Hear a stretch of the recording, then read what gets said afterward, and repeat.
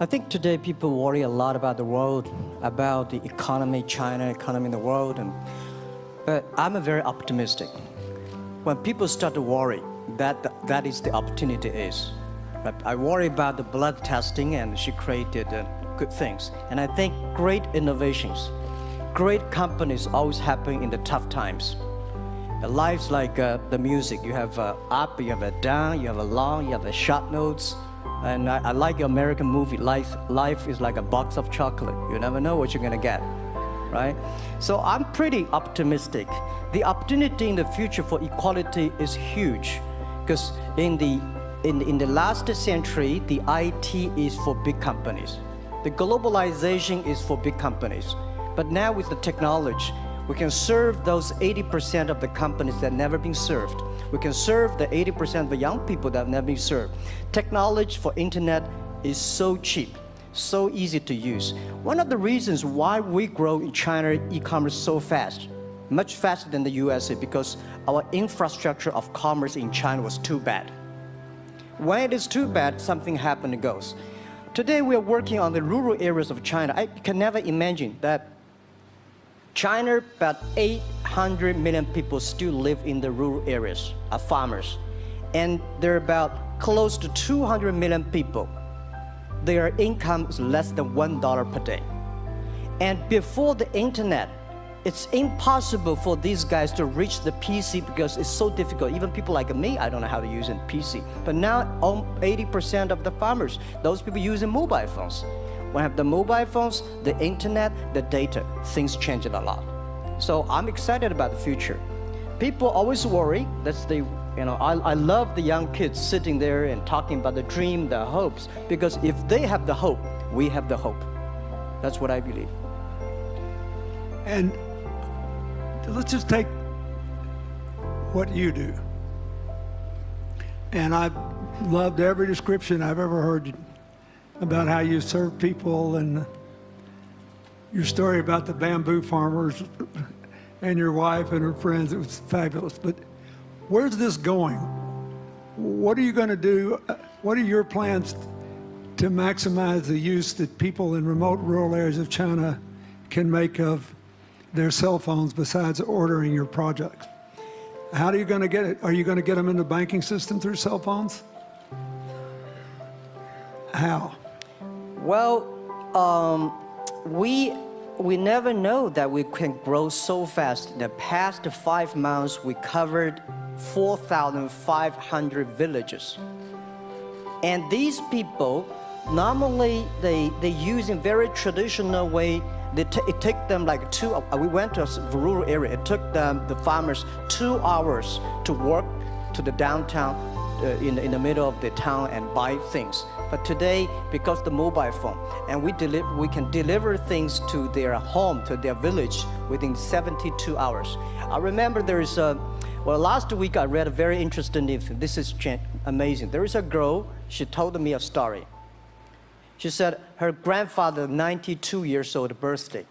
And for his life, he always wanted to try one Western style food. But he lived in the rural areas. There's no such restaurant food. So she said, I tried on the internet, book a restaurant dinner for Western food, delivered to that village. And they finally immediately find one restaurant. There are 3 guys. They took like a 3 days bus from Shanghai to that village, made an Italian spaghetti and a beef for them for this 92 years old birthday. And whole village was excited. Everybody said, wow, you can order food, Western style food. So buying almost everything. And also we're helping, there are a lot of farmers, they plant a lot of apples, great apples. But 90% of the apples rotted because there's nobody buy them. They normally buy by track. If you sell the apples, they sell whole track. And using the traditional way, they can sell by whole basket of the apples. But now, because of the internet, they sell by one. Each apple, they sell $1. or 1 RMB or 2 RMB for each. So the farmers see using internet, they can buy and sell using the mobile phone. That changed their lives. And I think it's exciting. And people need examples when they see, well, my neighbor made money through online to selling things. My neighbor buy much interesting things online. People start to learn. And more people start to buy the mobile phones. We cannot make all the mobile factories to sell phones to them. Only they know the mobile phone really works, helping change their lives, they start to buy the mobile phones. Just one more question, and then do you think this will make the current problems like the current problem in China less likely? That is, if we'll have more market information and the market will drive where the investment goes instead of the government trying to make judgments about, I better build another housing development or office development here, there, or yonder, and you wound up with a bubble. Well, if it comes from the bottom up, is it more likely that fewer bad things will happen? Yeah, I think the last week I was in Seattle discussing about the China economy. I think you American people worry too much about the China economy. Well, you see, every time when you start to worry about the China goes better. Every time you think China is in problem, we'll get better. But when you have to say, you have a high expectation of China always a problem. Like parents have the expectation of the kids, are the same. But there's a big difference between American consumption, because people say, well, the economy is bad, so China consumption will be good low. No, totally different. You Americans love to spend tomorrow's money. And the other people's money, maybe. Or maybe the children's money. We Chinese love to save money. We are probably the largest country, the safe deposit in the whole world because we've been poor for so many years. When we make money, we put in the banks because someday we know the disaster is coming, so we can spend the money. So when the economy is bad, we still have the money to spend. You guys probably don't. You worry. And the second thing is that China been focusing on developing for the past 30 years. China government so strong on investment, so strong on exporting, but they are too weak on the domestic consumptions. Domestic consumption is not driven by government, it's driven by entrepreneurship, driven by the market, not the government. So in the past 20 years, government is so strong. Now they're getting weak. It's our opportunity. It's our showtime to see the market economy, entrepreneurship, how we can develop the real consumption. I think if the China developed the great consumption, we have a 300 million middle class. In next 15 to 20 years, we're gonna 500 million middle class. We need to import a lot. So when we start to import, that's great. I worry a lot when we export. When we export, we got a terrible sky, we have a terrible water, we have a terrible environment. When we start to import, we got to be better. So that's all the great opportunity, guys. Be happy about that. I'm serious. I agree with that. I'm serious. Yeah. Worry about yourself. Don't worry about the others. The reason some of us worry about China is we depend on you to buy our debt. However, I tried to be more Chinese when I was president. I saved a lot of money, so good. Good. But I just wanted you to say that because I really believe that. I mean, I think you're absolutely right. The trend toward greater internal consumption I think, will remain unbroken in spite of whatever the difficulties are in the next few months. I think it's important not to overreact. You can't break the trend. You've got to clean up the land from chemical contaminants. You've got to clean up the air. You're going to do it. Yep. And a lot of Chinese will make a lot of money out of that. There'll be a lot of great new companies, and there'll be opportunities to import from other places. Yeah. So, can you discuss your theory of what you're doing and other things in terms of whether it advances equal opportunity and social solidarity? Tell them what you think's going to happen. And what other kinds of, when your opening remarks, you just said technology is going to be active in this way in other areas of the economy. What do you think the next big opportunities are? But first, tell them just in 2 sentences what you're doing, because Jack and I know, and we haven't been clear enough. Explain it, and explain how you think that advances social solidarity and equality of opportunity.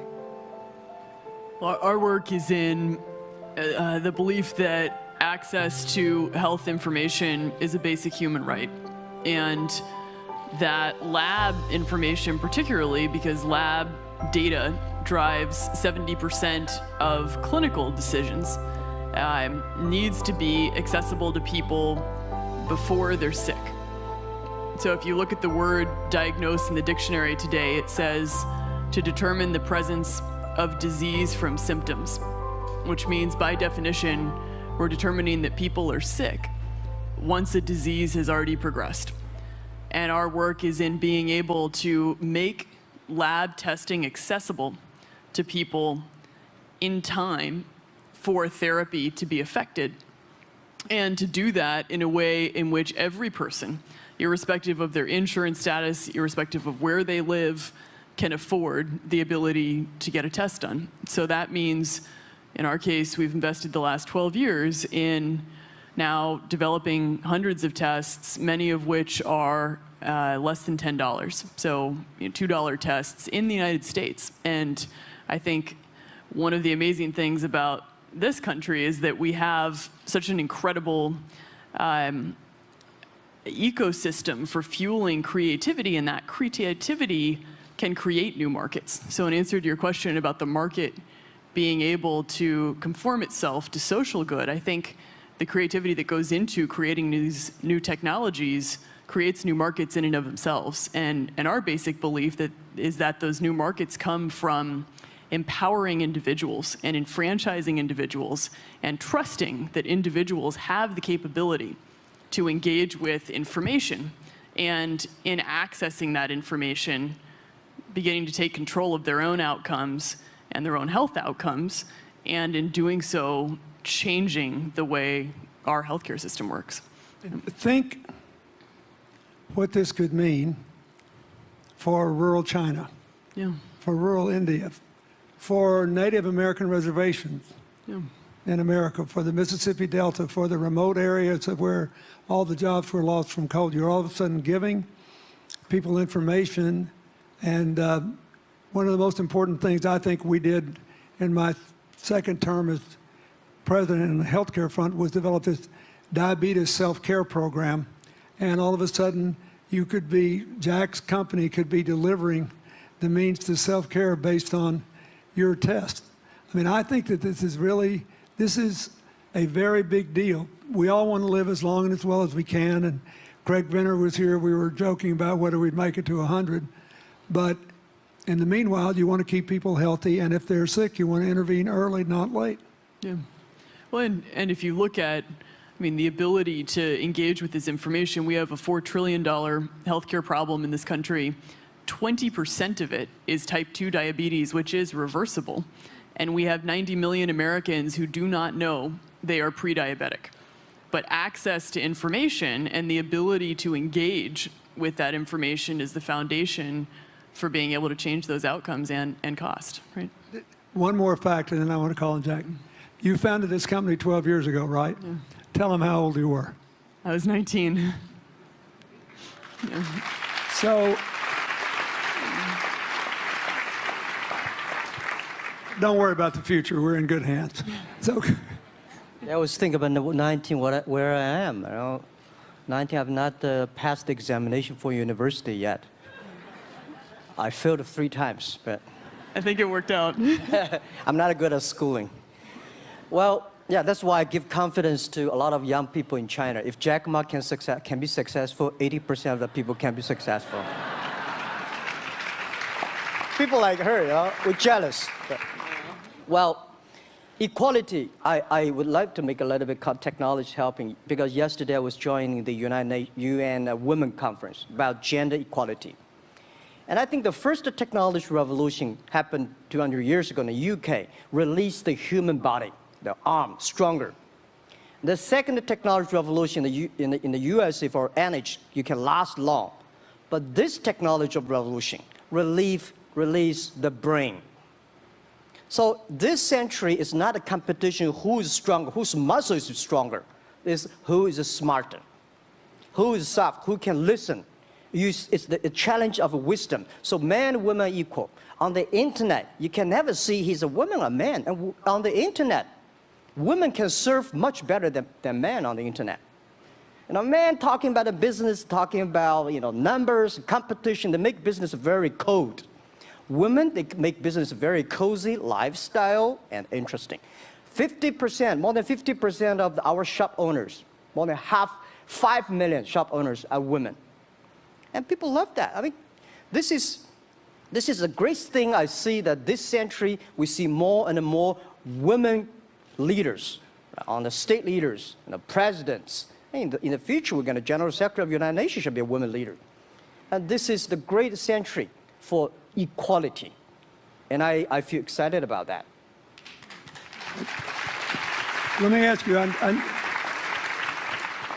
we're almost out of time, but one of the things that we haven't talked enough about here, and not just here, but generally, is whether the leapfrogging we saw with cell phones, which was instrumental in your phenomenal business success and which will make it possible for you at the appropriate time to do what you've done on a global scale, hitherto unimaginable in all of human history for anybody to have any of their own health data. We've seen examples, but not the kind of dramatic penetration we need with energy and clean energy, and enough in a short enough time to avoid the worst consequences of climate change. So do you believe that, I mean, your country has done more than anybody else to try to put up solar panels, and some of your companies went broke because you overdid it, right? But beforehand, and you got to work out the phase out of the coal, the phase into the sun and all that. Meanwhile, Africa, which is growing like crazy because of the cell phone in no small measure, and has 6 of the fastest growing countries in the world, still has vast swaths of its land totally dark at night. Do you believe that it's possible for us to scale up with distributed solar power rather than centralized as quick as we did with the cell phone? And if so, and if that were your business, if you had to quit what you're doing today and start there, how would you do it? And how would you do it? Lady first, I know that. I'm such a huge believer in technology, and I think especially right now, we're at an incredible time in terms of new technology and the ability to apply technology in a scalable way toward solving some of these problems. So I would look at it in the context of some of the renewable solutions that we already have, and in the context of empowering, connecting individuals with access to those solutions, and in the context of creating markets around them. I think that there's real opportunity to actually create an ecosystem in which people can financially benefit from these solutions, and I think that's going to drive an adoption. I think in developing economies, there's a revenue stream associated with that, and the more we can turn even already some of the technologies that we have into markets, the more that we can fuel, I believe, local growth and individual engagement in beginning to adopt some of these solutions. Just related to that, Jack, you answer it, and then I'll ask you one final question. Yeah, I am a strong believer that technology can make world much better, because people say China economy is getting slower. I'm happy about the 7%, even 5%. Even 5% of the GDP of the number of China, of the second largest economy, is big enough. But you don't expect China to keep on growing 11%. Because like one human body, when you're 1.8 meters tall, you cannot keep on like a 10% grow every year. You have to grow the quality, your mind, the wisdom.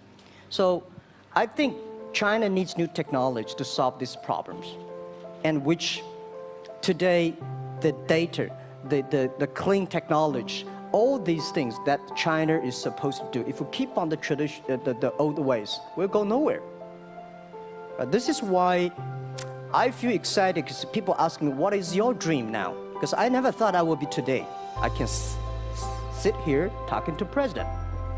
I'm like a guy, you know, on the street and like failed 3 times for university, 5 times for high key schools. I applied for 10 times in Harvard school, all rejected.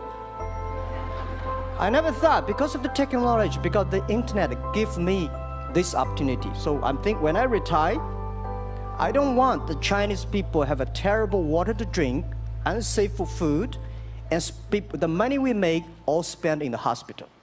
That's disaster. So how we can using the technology to enable young people, the great chance of this world, don't worry about it. We got 1.4 billion people who were born in 1980s. They are the people of the internet times. They are going to have new ways to solve the world problems. The things you are worried about today, they can solve it. And human beings have these kind of worries for centuries. And young people can always solve it. And today, when you have a right direction, clean energy, you know, the climate change, all these issues, they will be solved, and these are the great opportunities ahead of us. Anything else? I agree with that. I think the more we can enfranchise people, the more we can create ecosystems in which individuals are empowered, the more we give rights to individuals to be able to build businesses, to be able to pursue the economic benefit of technologies, the more you see these markets change. Before they leave the stage, I want you to look at them. And I want you to think about the time we have had to spend here dealing with the refugee problems in Syria and Lebanon. Stand up, Elias. This is my friend Elias Bousab. He's the education minister in Lebanon. He's got to educate all these kids. And so he left a miracle that very much reflects the lives that Elizabeth and Jack have lived. He was in a very responsible position at the American University of Dubai. They started bringing American scholars over there to live in an Arabic culture. He did all these wonderful things. Lebanon got in trouble. He went home to save his country. What is the difference? How much more could he and every smart Lebanese person do if they could focus on these things? And why can he not? Because the place is dominated by people who think their differences are more important than their common humanity and their common challenges. You cannot imagine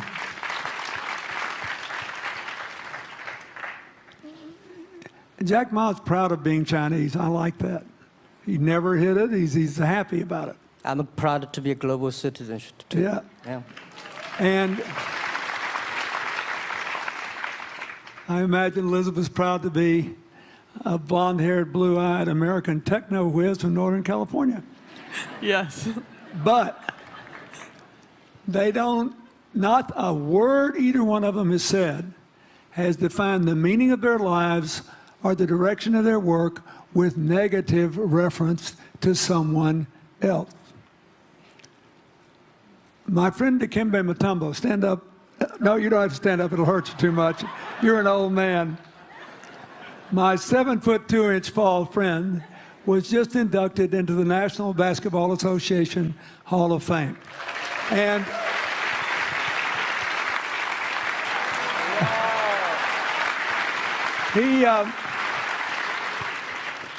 my family, my whole family loves him. And I have seen how much he has given back to his native country, Congo, which has been so troubled. I've known him a long time. We both went to Georgetown University. I did before he was born, I think. I've never heard him say a resentful thing about anybody. I have seen him give and give and give, and try to give the people in his native land opportunities. Why am I telling you this? He's had a good life because he never defined his life with negative reference to anybody else. He never begrudged anybody else's success, and he thought he had an obligation to help other people. I'm telling you, we are back in a time of collective global insecurity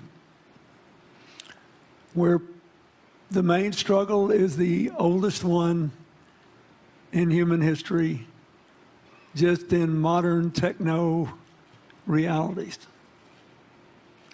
I mean, if you were trying to build the Middle East, you would think about our permanent sponsor here, the ambassador from Oman, who her government tried to help head off a calamitous war in the Middle East over the nuclear issue in Iran. We all pray to God that it'll work out all right, and the lead she made. You look around all these places, wherever people are putting aside their differences and working together, good things are happening. We cannot achieve economic or social equality without living in the factual realities of the world we face, looking at the obstacles, looking at the opportunities, making the best decisions. And those of us who even feel good about ourselves because we think we spend a lot of time giving, our whole goal should be to work ourselves out of a job. One of the things that Bill and Tandy Austin are sitting there with Starkey, they started giving away hearing aids, and then they decided, well, we better teach these young people how to speak. If they get the gift of hearing, they'll have to learn that. So they got into the education business. Sonny Varkey got into the education business and decided somebody ought to do something really dramatic to remind people that the only people that really matter are the teachers. So he gave the first Global Teacher of the Year award last year, and an international panel gave the prize to a teacher from Maine who promptly gave the entire $1 million to her school. The woman never made any money in her life. She gave all the money away immediately. The future is going to be forged by people who think of how to use the modern tools that we are given, as Elizabeth and Jack have, to create opportunity through empowerment. And it will not be a straight line. It's too many moving parts. But I just want you to think about that. The reason you feel good looking at them is that you identify with them even though they're different from you. And that's basically where we are all over again, and we can't slip back. We can't give up. That's why we had the Prime Minister of Italy and George Soros talking about the future of Europe, and George said it was coming apart, and the Prime Minister said, no, it doesn't have to come apart if it's about something more than economics. I thought it doesn't have to come apart if you will it not to, and you put yourself on the line for it. There are no guaranteed outcomes today, but you can guarantee that the trend is right. So go ahead, Dee, we're going to say something, weren't you? Yeah, I just wanted to add, I mean, as we're talking about the future and from my own experience and looking at all the faces here, I think a huge part of the answer to your question is also to raise our little girls with the stereotype that they can be the best in engineering and science and math. Because when they do in all of these industries, it changes everything. And we need to do that in this country, and we need to do that as parents in other countries. You know? Yeah, I was thinking about if what you say. I think about when you talk about problems, you normally is like a politician. When you talk about opportunities, that the business people. I was thinking about how we can using all the problems that change the problem become the opportunity. And I don't know. I just feel excited when people talk about problems. I think think about if you can solve one of them, that's the chance. And today, nobody live in this century has so many opportunities and so many tools they can use to change other people's life. And I think in the last century, which I call the IT time, this century is called the DT time, data technology. IT is to empower yourself, make yourself strong. DT is to empower the others. When you empower the others, you empower your future, yourself. So when I listen to you talk, I agree, and I think that's why we were born in this century. That's why how we can use the internet to help more people. Let's give him a hand. Thank you.